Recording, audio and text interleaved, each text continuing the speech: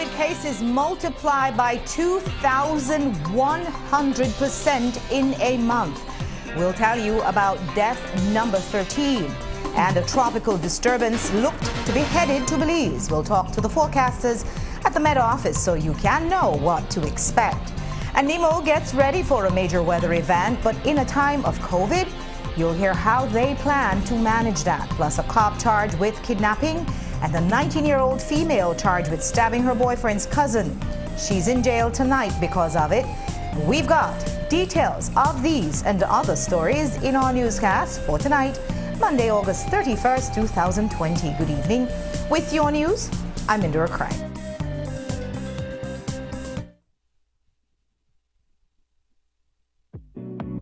Now is the time to sign up for the best postpaid plans in the country because Digi has doubled the data in all their plans.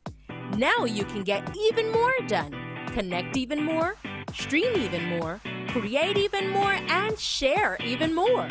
All on the fastest mobile network that gives you the most coverage nationwide. Now is the time to go postpaid with plans starting as low as $49 monthly. Shared plans are also available, all with unlimited talk and text. So don't wait. Hurry over to your nearest Digi store to sign up today. Enjoy double the data in all postpaid plans only with Digi.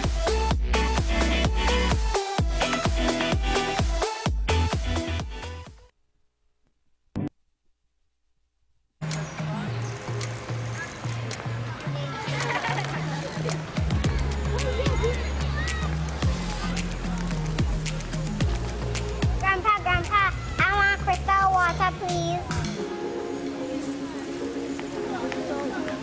Can I please get one crystal water, please? Okay, dear. Thank you. Welcome.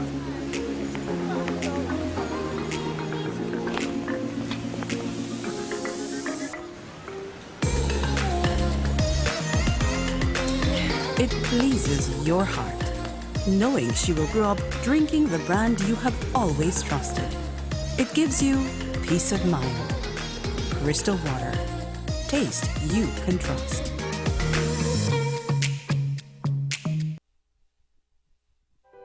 Electricity. We use it to power our appliances, charge our devices, and light our home.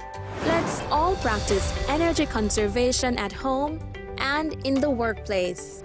That's unplug chargers when not in use, lights off when not in the room, turn off fans and TVs. You can also look for Energy Star products and change lights to LEDs, which reduce energy cost. Let's all save energy.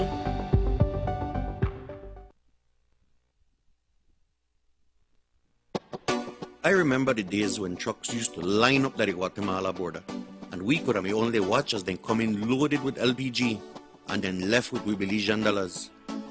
Things changed since, because the Belizeans they drive now, that we have the jobs, and I'm definitely proud to be able to keep my dollars home. Either Elvis Roaches, and either one of the Belizean drivers for the National Gas Company. I haul butane from the new state-of-the-art terminal at the port of Big Creek. The hard work, but at the end of the day, I go home to my family and provide for them. Thanks to NGC, I do my lead part to build my country. We the all Belizeans on this team, and we're proud to work hard to deliver one product will last longer and give you more value for money. I proud to work at NGC, and for you we Belizean people.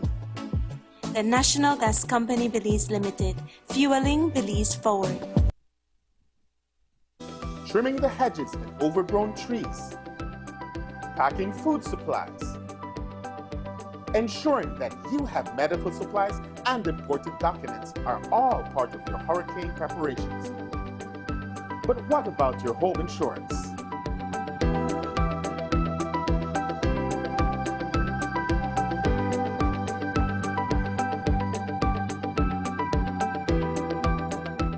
An insurance policy with RF&G Insurance gives you the confidence that your home and possessions are protected when a natural disaster strikes. Include RF&G in your hurricane plans and join the thousands of Belizeans who have learned why it pays to get it right. RF&G Insurance is a Roku company.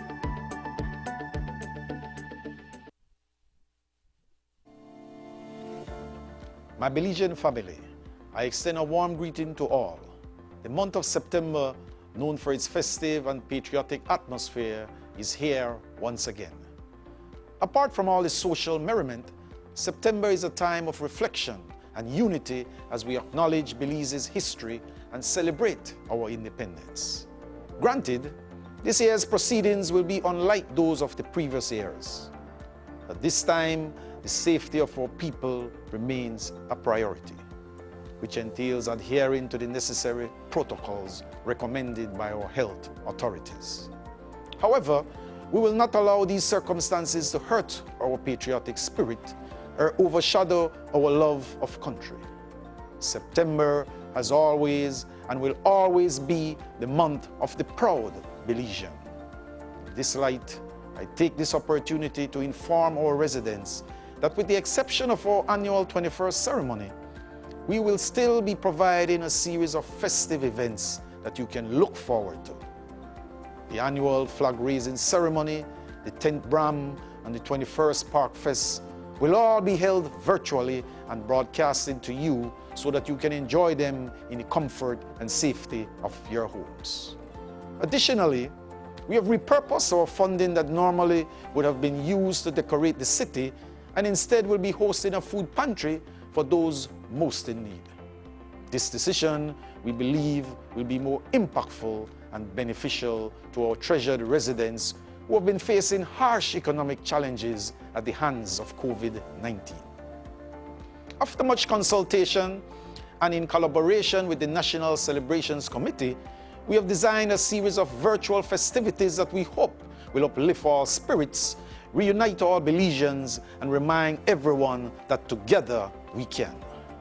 May this month ignite a flame of hope and positivity across this city, country, and the world. In closing, I urge everyone to be safe and continue to be your brothers and sisters' keeper as you celebrate this September with your loved ones. United, our ancestors were able to take our country to historical heights, and now it is our turn to work together and rebuild ourselves, our families, communities, and country. God bless Belize, and I wish you all a happy and safe September.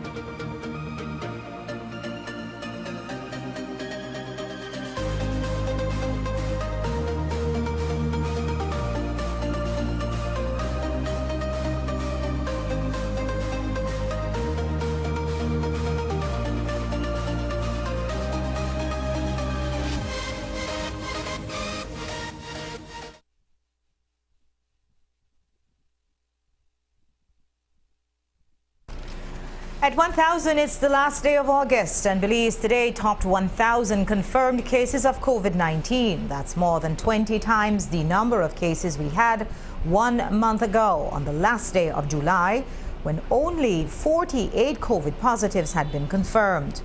Today, the latest infographic shows that Belize has 1,007 active cases of COVID-19, with 821 of those active. The results for most recent 93 samples were released this evening, and they show 14 new cases, 1 in Ladyville, 3 in Toledo, and 10 in the Orange Walk district, including cases in Orange Walk town and the hotspot villages of San Felipe, Santa Martha, Guinea Grass, as well as San Pablo, San Jose, Trinidad.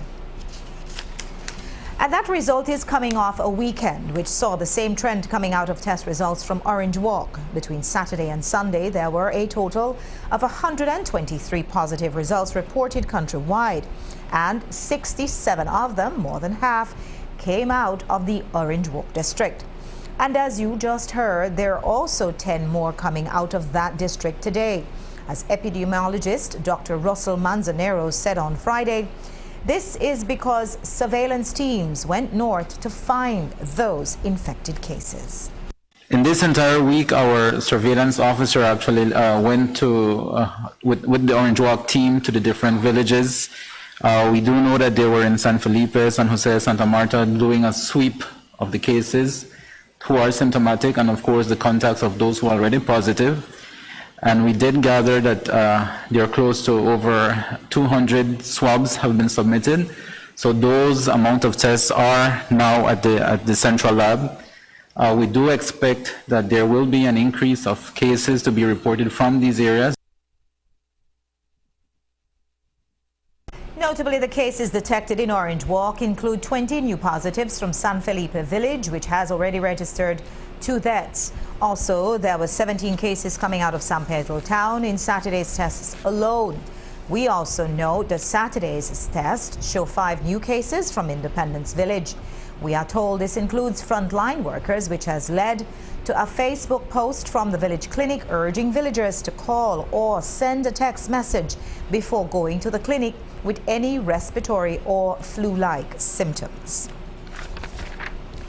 So as we said, over 1,000 confirmed cases and as of Saturday, 13 deaths. The latest COVID-19 death was a Belize City woman in her 50s, the mother of a city council employee. Her death follows an enforced shutdown of the department where her son worked. This morning, his boss, City Councillor Alan Pollard, took us through the worst of the last 2 weeks for a stark reminder of the immediacy and proximity of the global pandemic, which struck close to his home. 13 days ago, the Belize City Council shut down the traffic department for sanitization. That was because a traffic warden, among others, tested positive for the coronavirus. And on Saturday, his mother, who was in her 50s, succumbed to complications caused by COVID-19. She'd spent 2 weeks at the KHMH and was eventually intubated. She becomes the 13th Belizean to die from the virus. It definitely was nerve-wracking, to say the least. We had officers who weren't sure if they had come in contact or if they are in danger of any sort, right? So on part of the staff, you could see that people were pretty anxious, myself included, in terms of what the outcome could be, because the last thing we would want was to experience a spread in the department among staff, no? And but after that, we did sanitize thoroughly, lock down the department as soon as we could, and ensured that we monitored staff in terms of symptoms, sicknesses, or anything like that, and make sure that we had that smooth transition after closing down, so we could get back to the business of traffic as quickly as possible for the residents. He contracted the virus, of course, and he wasn't the only person in his family, and that led to the unfortunate death of his mother. So it's definitely a rough thing to go through and to experience the family go through this pain, no? And our officer is recovering and on his way to full recovery. And I can only imagine what he's going through at the moment, having to deal with this virus himself, and then the passing of your mother. It's very unfortunate and tragic. But for the city councillor in charge of traffic, who knows the family, it's an immeasurable loss. On behalf of myself, my family, and Belize City Council and the traffic department, we do wish him a full, speedy recovery, and send our condolences to the family. She's somebody who is a loving mother, great neighbor, great family friend, great community, always in the community, always ready to assist with anything, with anybody. And it's very, very, very sudden and unfortunate, man. I'm still in disbelief, you know. This is somebody who I grew up watching from very young, right? There's never a time when I could, you know, go across to their yard and ask for something and she doesn't deliver, you know. So that's something very difficult that my family has to deal with. And for the traffic department, which reopened last week Monday, it's a reality check that's forced them to proceed with extreme caution. My advice would be to, one, take this thing serious. I mean, a lot of Belizeans still aren't, I don't know, they're still lax in their measures in terms of wearing their mask properly, sanitizing, washing their hands, and being in crowds. It's definitely something now to see, you know, the frequent reports and the deaths coming in exponentially. It's definitely time to, as Belizeans, that we take this thing serious. While we may feel that, you know, especially younger folks, that our bodies could handle the virus, we are putting our elders at risk, our mothers, our aunts, grandparents, and we have to think that way. We can't just think about ourselves, because the spreading of the virus is the issue, not you personally contracting it, but spreading it to other people who may be vulnerable in this time. And this morning, Pollard, who sat at the helm of his department's fumigation and sanitizing efforts, said that when it comes to COVID-19, no one is safe. I want to extend extreme caution to everybody, all workers, all staff members. I mean, we know you have to work. I know it's business as usual right now. There's no lockdown, but you have to protect yourself and your families, because you never know when this thing will knock at your door, and nobody is exempted from it. It's time that we start to think of it that way. Cherise Halsall, 7 News. We note that the 3 of the last 4 COVID-19 deaths have been women. A Minister of Health, Pablo Marin, killed an intruder at his Corozal home on Thursday night. And so far, there has been no directive from the DPP on whether or not charges will be brought. Today, the deputy head of National Crimes Investigation had no update to give. And here's what he was asked and answered at this morning's press briefing in Belmopan. I have to ask, I know you said that you can't comment, but I have to ask about the incident, the fatal shooting in Corozal involving Minister of Health Pablo Marin. The commissioner had made some comments about the investigative file being forwarded to the Director of Public Prosecution for a directive. Can you speak to us as to where that investigation is? Yeah, I have no comment in regards to that investigation at this time. As we reported on Friday, Marin told police that at around 10:30 on Thursday night, he heard rustling sounds inside his home. And when he went to investigate, he found Matura, who threatened him with a knife. He says that he was forced to shoot Matura in self-defense because in the heat of the moment, he believed that his life was in danger. Police say that they found a knife on the scene. They say that they also found a bag of Marin's stolen belongings near to Matura, who was already deceased, when the responding officers arrived on the scene. The deceased man's sister is insisting that the minister should be criminally charged for unjustifiable use of deadly force. After the break, a tropical disturbance out in the Atlantic seems to have a bullseye on Belize. We'll talk to the Met Office and to Nemo. Don't go away.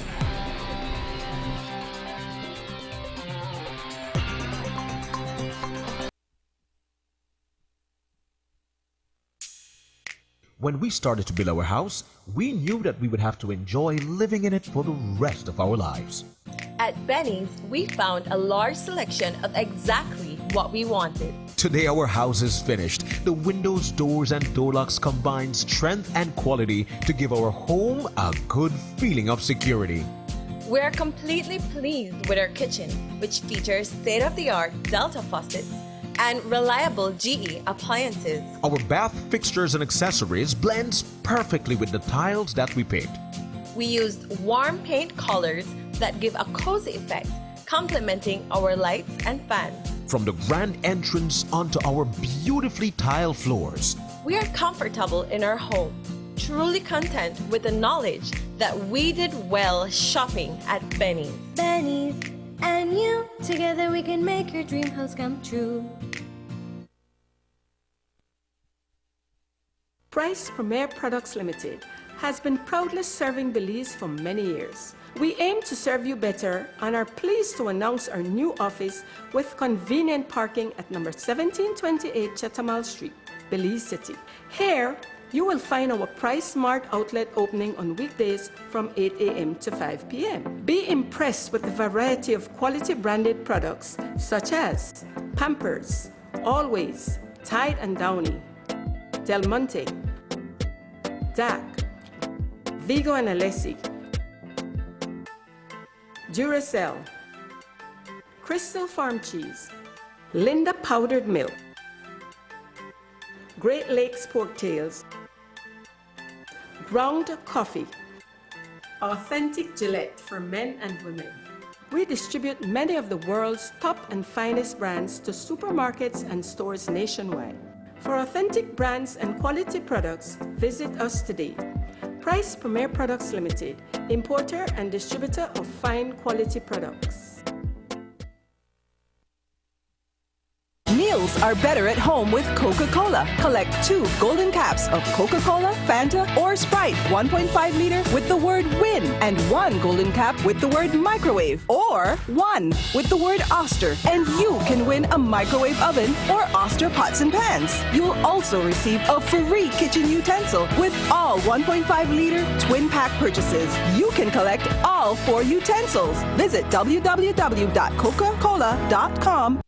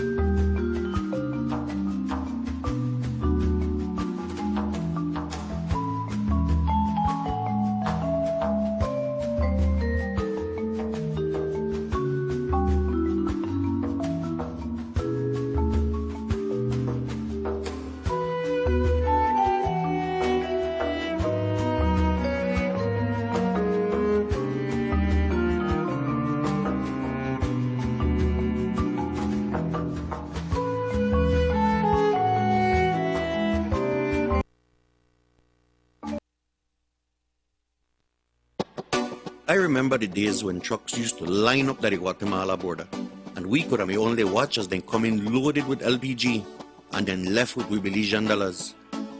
Things changed since, because the Belizeans they drive now, that we have the jobs, and are definitely proud to be able to keep me dollars home. Either Elvis Roaches and either one of the Belizean drivers for the National Gas Company. I haul butane from the new state-of-the-art terminal to the port of Big Creek. The hard work, but at the end of the day, I go home to my family and provide for them. Thanks to NGC, I do my lead part to build my country. We the all Belizeans on this team, and we're proud to work hard to deliver one product will last longer and give you more value for money. I proud to work at NGC, and for you we Belizean people. The National Gas Company Belize Limited, fueling Belize forward. Contraband is the illegal importation of goods such as alcohol, tobacco, foods, and parts. Apart from breaking the law, smugglers are also now endangering the health of all Belizeans. They risk bringing coronavirus into Belize with their contraband. To keep COVID-19 out of Belize, everyone entering the country is screened and quarantined. But contraband smugglers are not using legal entry points and are bypassing all safety measures. And these same smugglers are moving among the population. They could be carrying the virus. By coming into the country illegally, they could cause outbreaks of COVID-19. Buying or smuggling contraband is putting yourself, your family, and the entire country at risk. Report smuggling. For SMART, call 0800-JUMPERS or 0800-BORDERS. For Digi, 0800-SAVE-BZE. This message is brought to you by the Belize Police Department and the Belize Bank.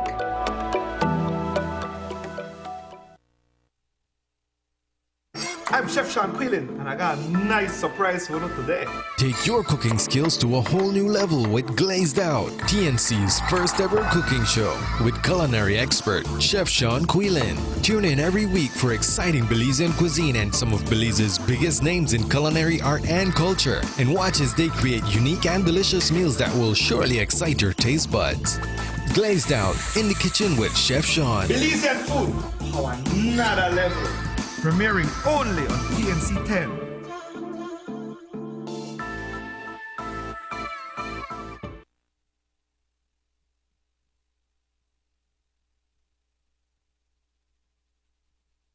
Tonight, the National Meteorological Service and the National Emergency Management Organization are keeping a close eye on a westward moving tropical wave that is located over the eastern Caribbean Sea.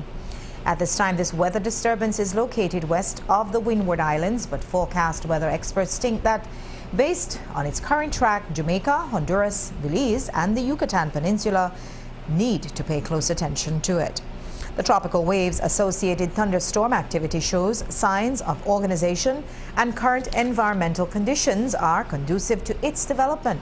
It is believed that it will strengthen into a tropical depression in the next 24 to 48 hours. The system is moving westward about 15 miles per hour across the central Caribbean Sea, and the authorities expect that this system could start to affect Belize as early as Thursday.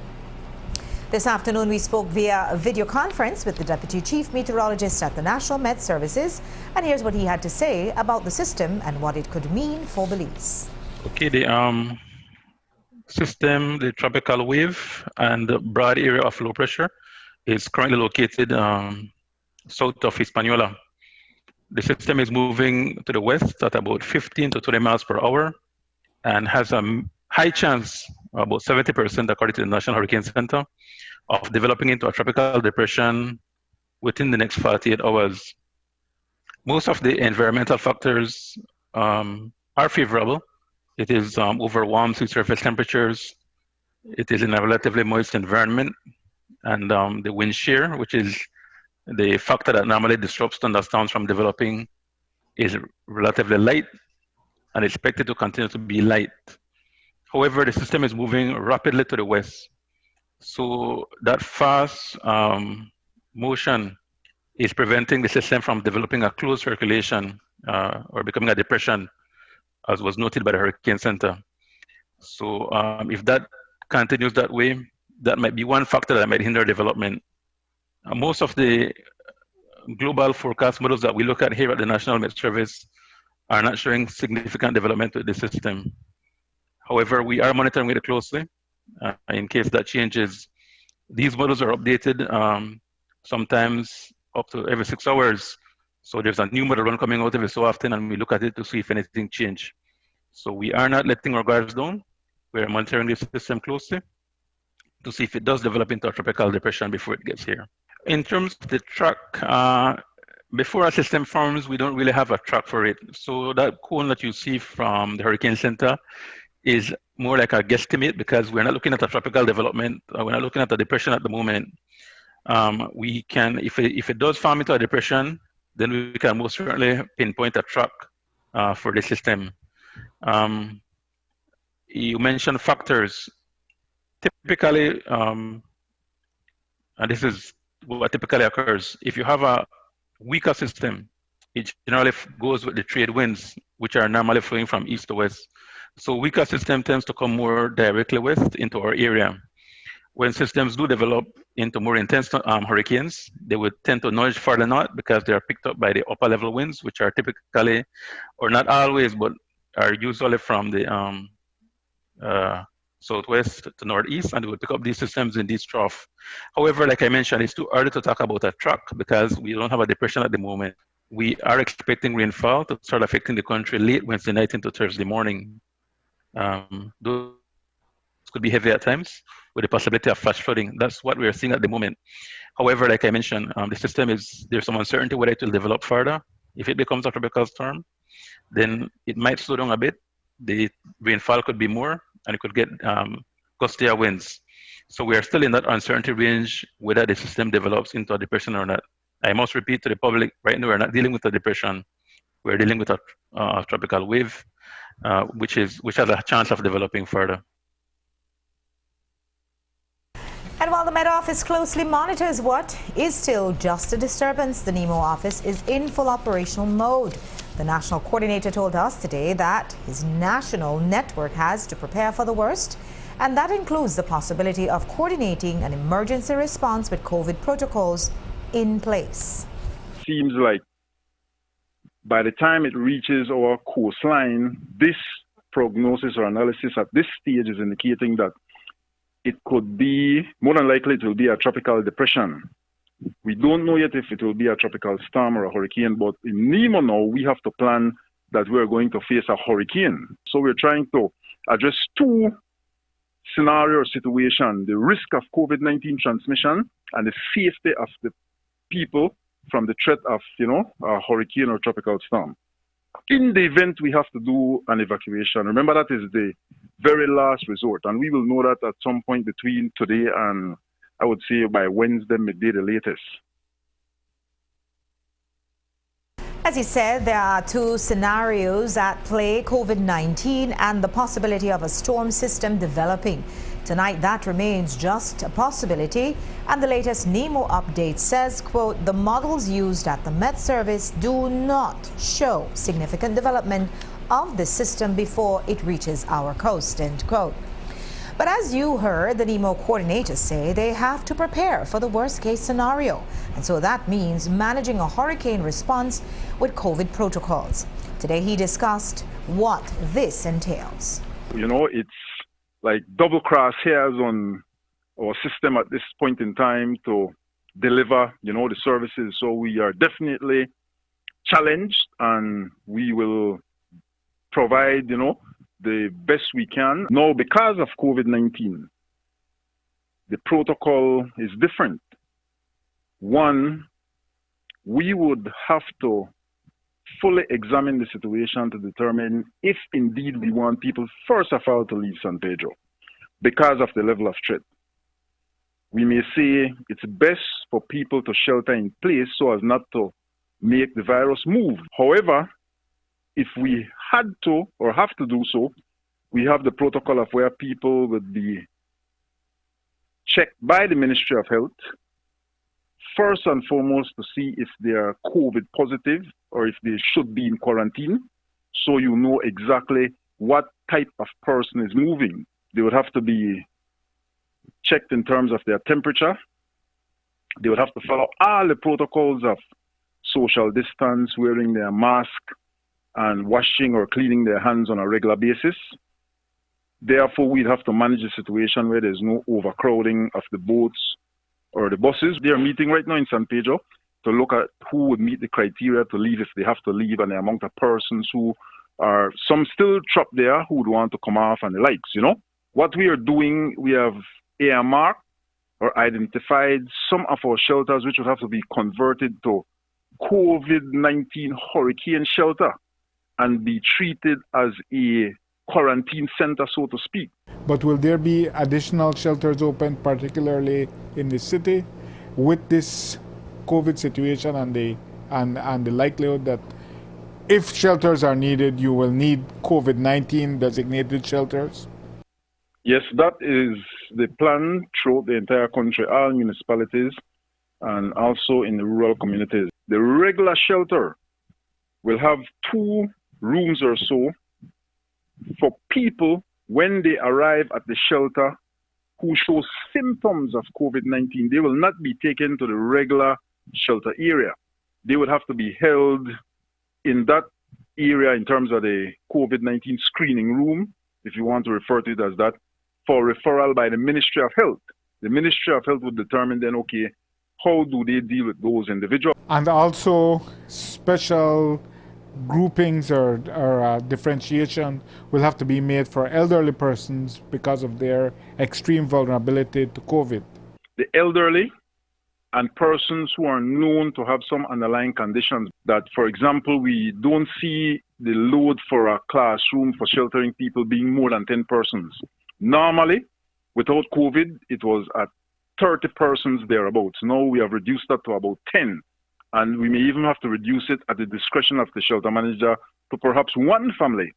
If it's small families, then maybe 2 families per classroom. It will not be perfect, Jules. You know, I would never, as a realist and a practitioner, mislead the public to say that, oh, NEMO has everything in place and it will run very smooth. It will not. It will run with challenges, and we will then have to be flexible within our experience and training and the COVID-19 scenario to deliver the services as best as we can. Not because a tropical wave with the potential to become a tropical cyclone, meaning depression, means that you panic and make a mad rush for it. No. And indeed, tonight again, the latest NEMO advisory says, quote, the models at the Met Service do not show significant development of this system before it reaches Belize's coast. But NEMO's job is to be ready nonetheless, and a few weeks ago, that meant running a simulation for a COVID hurricane shelter. One of the things we did last week was to, a week before last, set up a shelter in Belmopan with COVID-19 considerations, whereby your temperature was checked at the door, you had the spacing in the Belmopan Convention Center, we had the cleaning supplies, the PPEs, the face masks, the gloves and things like that. And that was a relatively okay dry run, so to speak.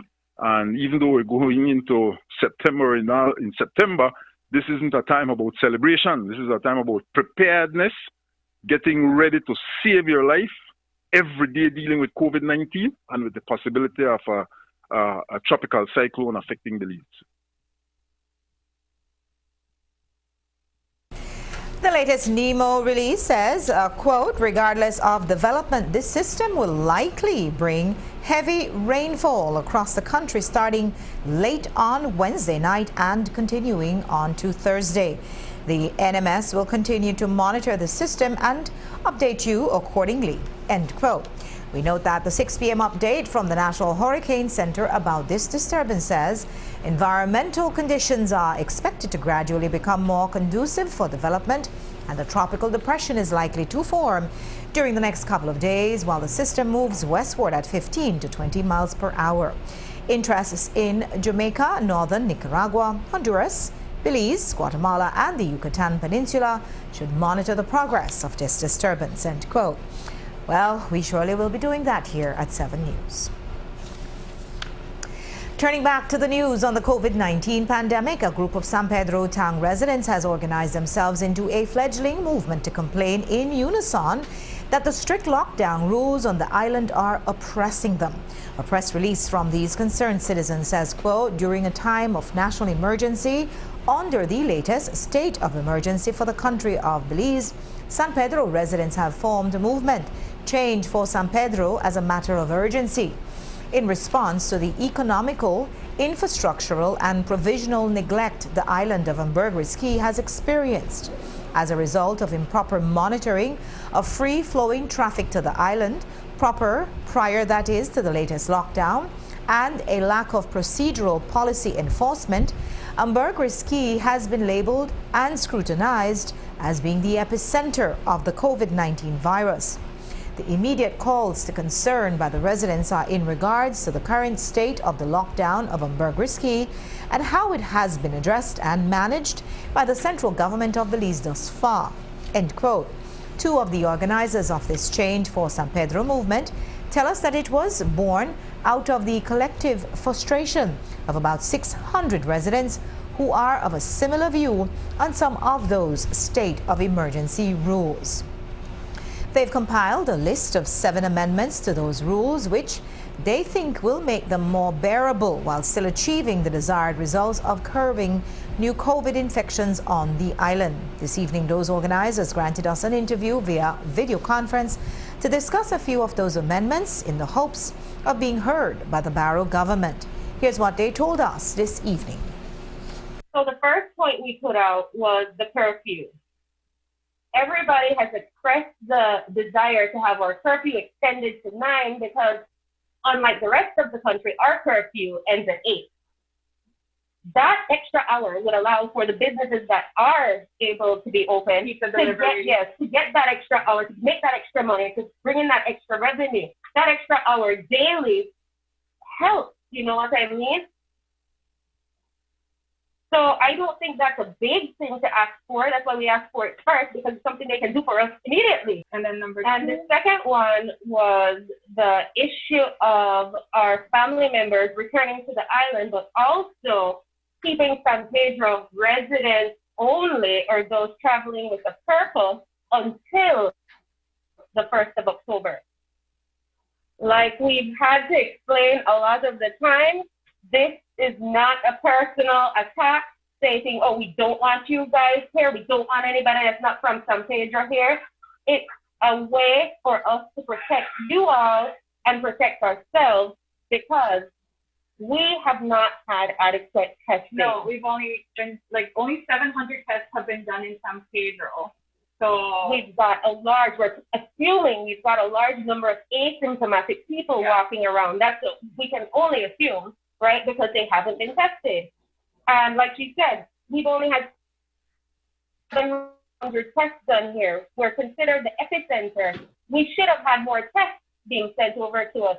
We have Belize City with 2,300 tests being done. Orange Walk with 1,400, and so on, like Kaya, 1,300, Corozal, 1,100. If we're the epicenter, we need to be able to test people, to sift through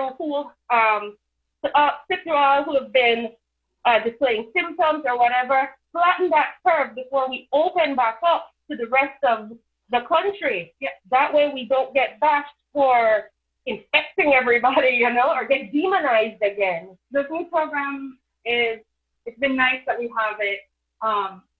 We've gotten 3,500 baskets.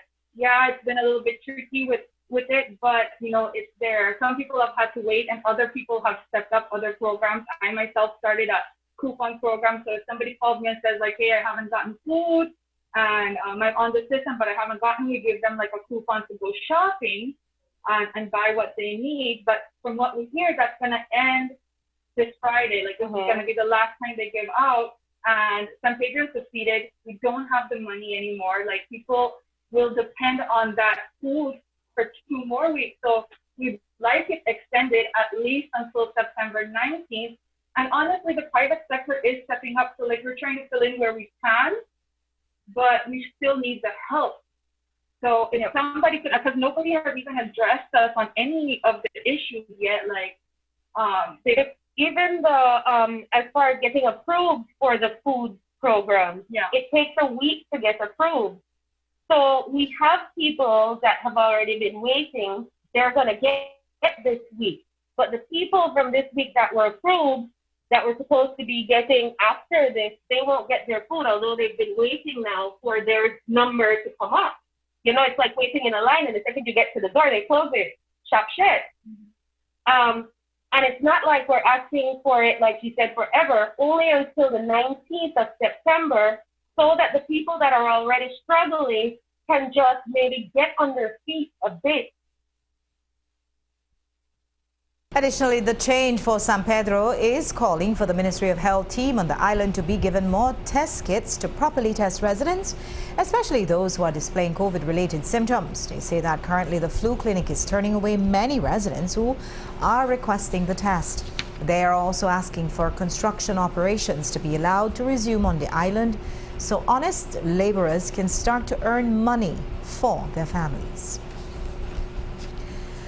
During last Friday's virtual press conference, the press asked the Prime Minister about the well-publicized difficulties facing San Pedranos. Here's that back and forth on the topic, where the Prime Minister discussed the merits and demerits of lifting the lockdown. you are asking for the quarantine to be lifted because of the tremendous hardships that the quarantine causes. At the same time, you're saying, when you lift the quarantine, find a way to stop people from coming to the island. That's the only way to stop them.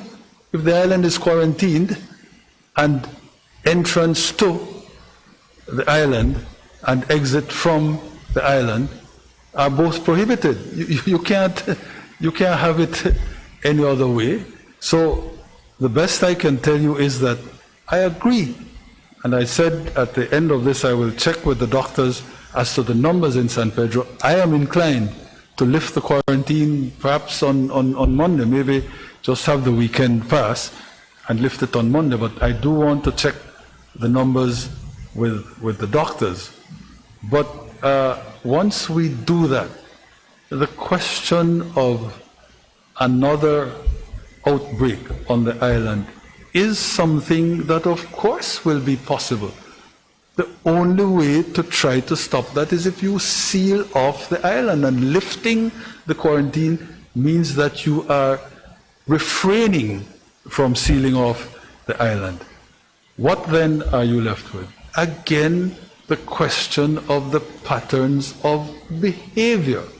My God, you want the island reopened so that commerce can begin, and commerce brings business and other interaction, so that in fact there can be the return to a semblance of life as normal. Well, life as normal would mean that people will be free to come and go. I repeat, the only way to try to ensure that that reopening does not result in quick order in some kind of return to an outbreak of the virus is for people to observe the rules. And in one more bit of news coming out of Friday's press conference, the Prime Minister has followed up with the information he promised to share on the investor who fell into San Pedro in early July. The name is Kevin Nazel, who we gather is a real estate developer from St. Louis, Missouri in the United States. The Prime Minister says he is the developer of the Salt Lake project in Ambergris-Ski. He came to Belize on his private jet out of Missouri, which then left with the pilot after Nazel disembarked. The Prime Minister says he brought his negative PCR test and stayed at his penthouse at Milo's Apartments, located south of San Pedro town.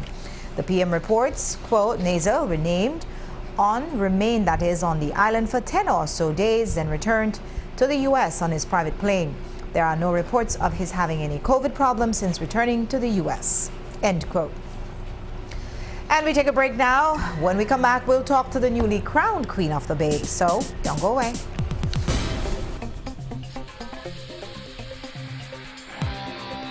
Electricity. We use it to power our appliances, charge our devices, and light our home. Let's all practice energy conservation at home and in the workplace.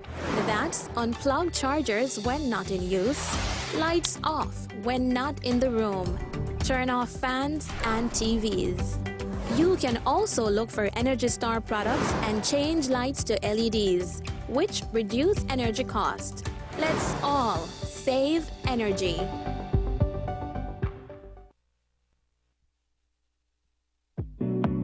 Now is the time to sign up for the best postpaid plans in the country, because Digi has doubled the data in all their plans.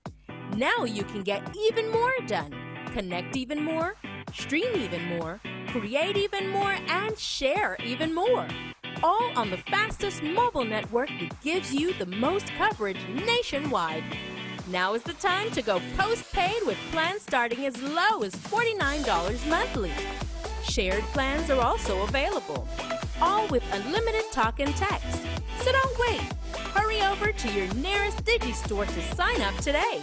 Enjoy double the data in all postpaid plans only with Digi.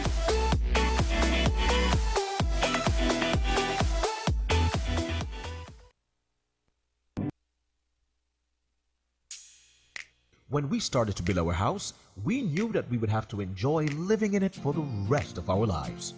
At Benny's, we found a large selection of exactly what we wanted. Today our house is finished. The windows, doors, and door locks combine strength and quality to give our home a good feeling of security. We're completely pleased with our kitchen, which features state-of-the-art Delta faucets and reliable GE appliances. Our bath fixtures and accessories blends perfectly with the tiles that we picked. We used warm paint colors that give a cozy effect, complementing our lights and fans. From the grand entrance onto our beautifully tiled floors. We are comfortable in our home, truly content with the knowledge that we did well shopping at Benny's. Benny's and you, together we can make your dream house come true. Meals are better at home with Coca-Cola. Collect 2 golden caps of Coca-Cola, Fanta, or Sprite 1.5 liter with the word WIN and 1 golden cap with the word microwave or 1 with the word Oster, and you can win a microwave oven or Oster pots and pans. You'll also receive a free kitchen utensil with all 1.5 liter twin pack purchases. You can collect all 4 utensils. Visit www.coca-cola.com. El contrabando es importar ilegalmente productos como el alcohol, tabaco, comida y objetos. Aparte de romper la ley, los contrabandistas están poniendo ahora en riesgo la salud de los beliceños. Ellos arriesgan traer coronavirus a Belice por medio de sus contrabandos. Para mantener el COVID-19 fuera de Belice, todos los que entren al país son examinados y encuarentenados. Sin embargo, los contrabandistas no utilizan los puntos de entrada legal y se saltan todas las medidas de seguridad. Estos mismos traficantes se están moviendo entre la población. Ellos podrían tener el virus.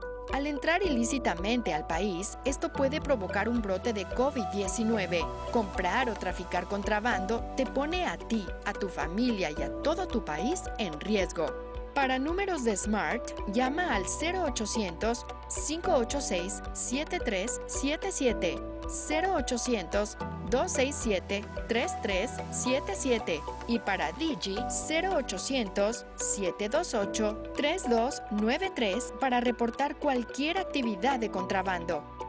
Este mensaje es presentado por el Departamento de Policía de Belice y el Banco de Belice.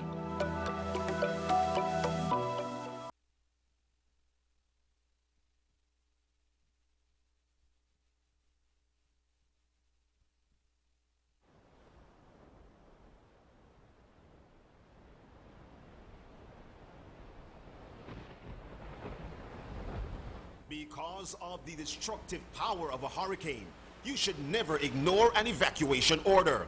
Authorities will most likely direct you to leave if you are in low-lying area or within the greatest potential path of the storm. If a hurricane warning is issued for your area, you are directed by authorities to evacuate. Take only essential items with you. Make sure you have an emergency kit in your car. If you have time, turn off the gas, electricity, and water. Unplug appliances to reduce the likelihood of electrical shock when power is restored. Follow the designated evacuation routes and expect heavy traffic. Adzalat Audio and Video Production Company wants you and your family to be safe this hurricane season. Get a kit, make a plan, be informed. Brought to you by Adzalat Audio and Video Production Company and this station.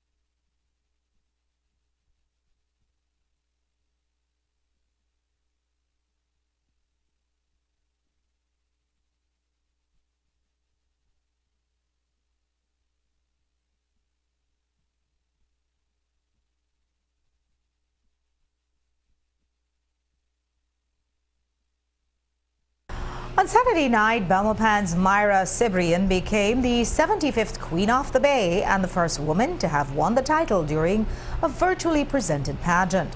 Ahead of the pageant, the 25-year-old, who is also the midfielder on her football team, told us that her platform seeks to embrace not just beauty, but talent and intelligence. This afternoon via Zoom, she told Cherise Halsal how it felt to win the crown for the capital. It feels amazing. I'm super honored, and I cannot tell you how happy I am to have won. It's an amazing feeling. How was the competition? Well, the competition was tight. I believe it was very tight because all the delegates were very, very talented. So it was a tight competition. So we know that you're an athlete as well. How did all that athleticism, that training in football prepare you to compete in this pageant? Were there skills that transferred? There would have been most definitely skills because, for example, for the curtsy, you do need to work out your legs a lot to be able to curtsy well. But unfortunately, because of the situation that we have with the pandemic at the moment, my team was not training regularly from before the pageant, from before I was even offered to go up for the pageant. And even so after, when they were training, I decided to refrain from the training to focus on the pageant solely. So the workouts that we usually do with the team do help because we do a lot of work for football, but I wasn't engaged in it during my preparation for the pageant. So I was literally just doing like workouts for my legs on my own. But the same football workouts gave me knowledge. Like I have a lot of knowledge for workouts because of the sport, because I've always been engaged in sports. So that did definitely help me to be able to know how to prepare my legs for the curtsy. And when it comes to programs and everything, or the organizations that I will be able to work with, I'm really looking forward to be able to join programs and people that will be able to maybe sponsor or help to give some help to those in need, because we have a lot of people right now during this pandemic that have been affected when it comes to their job. And I know there's a lot of people that do need, and most definitely we also want to focus it on the elderly that don't have the resources, and they are the most vulnerable right now in this time. So I do want to focus it on just inspiring youths to be able to go up for things like this, to take up challenges, because anything is possible to achieve, and be able to help others. I am truly flattered with my Belmopan people. They gave me a very warm welcome at home, and they even prepared a motorcade for me yesterday whenever I came into the city. And it was amazing. I feel the love, and I'm super thankful for all the support. In the National Amateur Women's League, Myra plays for the Jewel Fury Bandits. As we told you earlier, 1,007 confirmed cases of COVID-19 have now been confirmed in Belize since March. During this Ministries of Health's weekend updates on their coronavirus surveillance, the Director of Health Services lamented their dismay that Belizeans across the country continue to take risks by hosting and attending big parties in their communities. And police are also reporting that they had to criminally charge 158 people this weekend for breaking state of emergency rules all over the country. 107 people were charged for failing to properly wear a cloth mask or other face covering while in public. 41 were charged for breaching the 9 p.m. to 5 a.m. curfew. 9 were charged for failing to practice proper social distancing. And finally, 1 person was charged for leaving mandatory quarantine early. It's a property dispute between cousins Austin Robinson and Clifford Caballero that escalated into a fist fight and culminated in a stabbing. But the assailant has turned out to be neither of the 2 men involved in the brawl, but instead Caballero's common-law wife, 19-year-old Jennifer Sanchez. Today, in an attempt to get bail for the indictable offense of attempted murder, her attorney Dickie Bradley argued that the young woman who acted in self-defense has been dealt with unfairly. The police are telling, though, a different story. And here's what we heard from Senior Superintendent Gilberto Romero. It referenced the stabbing incident at Nurse White Street that occurred in Belize City, where Austin Robinson was injured. Police have since arrested and charged Jennifer Elizabeth Sanchez for the crimes of attempted murder, dangerous harm, and use of deadly means of harm. Austin Robinson has since undergone surgery and is presently listed in a stable condition. Sanchez is expected to be granted a bail application on Friday, September 4th. Punta Gorda Police Constable Dwayne Sutherland has been arrested and charged for kidnapping his girlfriend. It's a shocking case of domestic violence perpetrated by an officer of the law. And it's not his first offense. We got more details from Senior Superintendent Gilberto Romero earlier today. The Belizean of Punta Gorda Town reported that on Monday, the 4th day of August 2020, she was forcibly taken to a room of one Dwayne Sutherland, who is a police officer, where Dwayne Sutherland handcuffed her to the bed and thereafter assaulted her. She managed to free herself at some point and reported the matter and was assisted by neighbors. Sir, as a result of this investigation, PC Dwayne Sutherland has been arrested and charged for the crime of kidnapping. She reported that she had also been assaulted by this police officer on 2 different occasions in the past. Okay, now this guy, based on what you're saying, that several reports had been made by this young lady to police about him assaulting her, but it took until the 3rd time for police to really act. Again, the reports had been made and they were investigated, and that is what led to this arrest. Any idea as to what the victim may have been doing at the home? Are they related? Are they in a relationship? Yes, they are in a relationship. So it's a domestic violence case. That is correct. And finally, from the police, we have the Sunday afternoon chopping of a 19-year-old from San Jose Orange Walk who was ambushed by 3 assailants. Jonathan Huchim was on his way home when he says he became the unwitting victim of an attack. Senior Superintendent Gilberto Romero was pressed for more details about the incident this morning, but responded in his very consistent style. Okay, around 2 a.m. on Sunday, the 3rd day of August 2020, police visited the Northern Regional Hospital where they found Jonathan Huchim, 19 years, Belizean of San Jose Village, with chop wounds to the head and to the right elbow. Huchim reported he was walking home when he was attacked by 3 male persons who inflicted the injuries to him.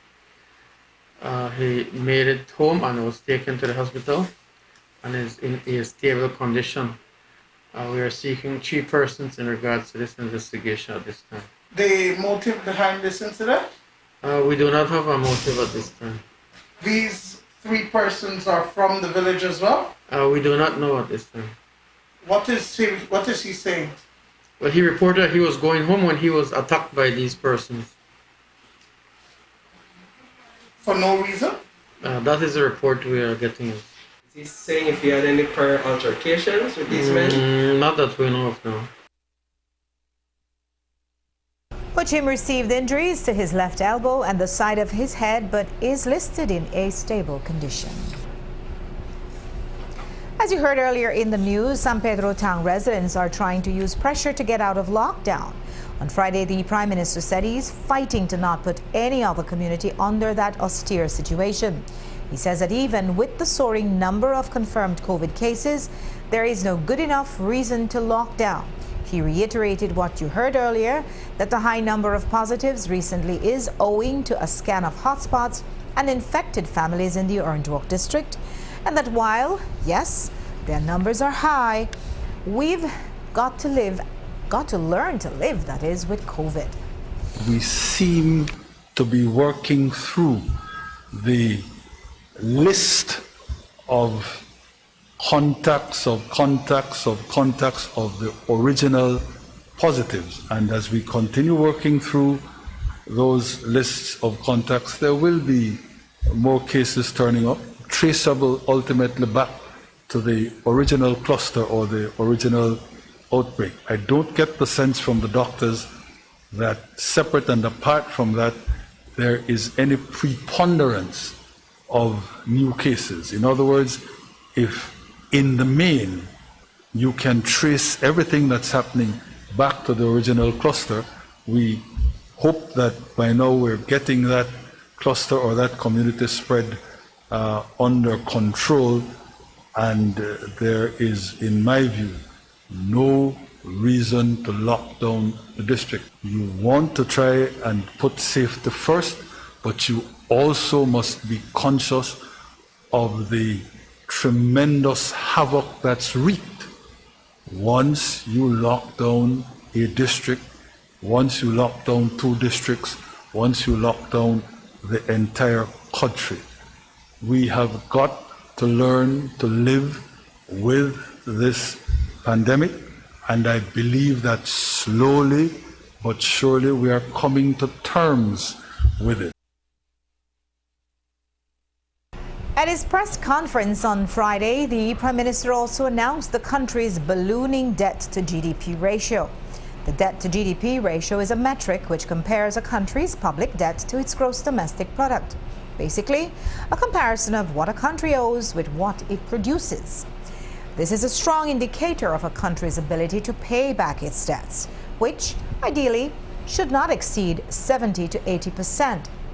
Well, Belize's GDP is down 23% in the second quarter and will probably be down 30% for the year. That decreasing GDP will push our ratio to around 125%, a very unhealthy number. On Friday, the PM said all those numbers are out the door in the COVID era.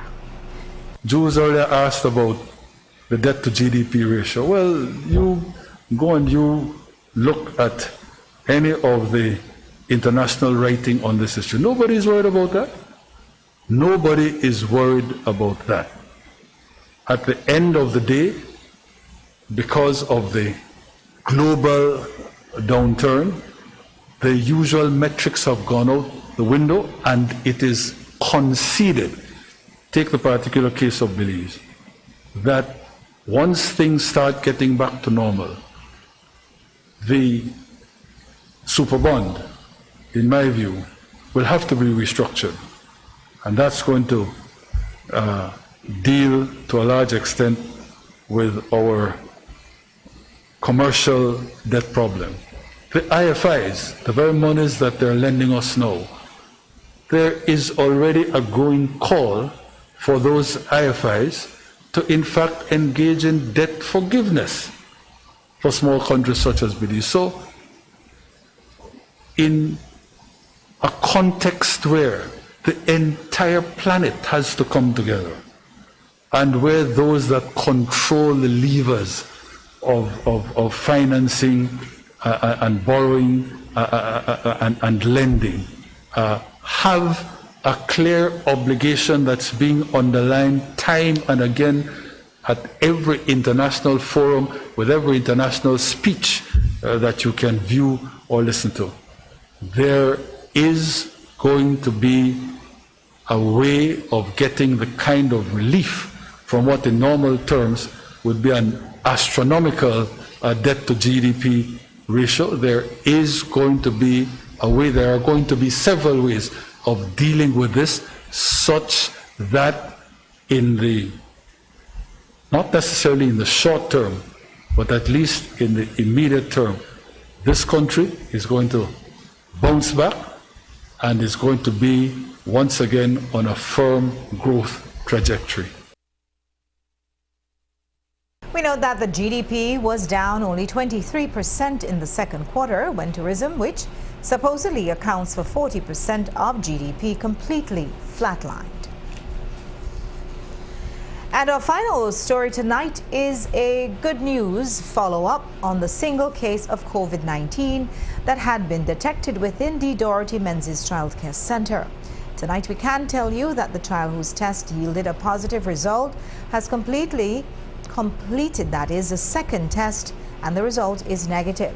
Tonight, in a press release, the Ministry of Human Development says, quote, the child is doing well physically and is engaged in counseling.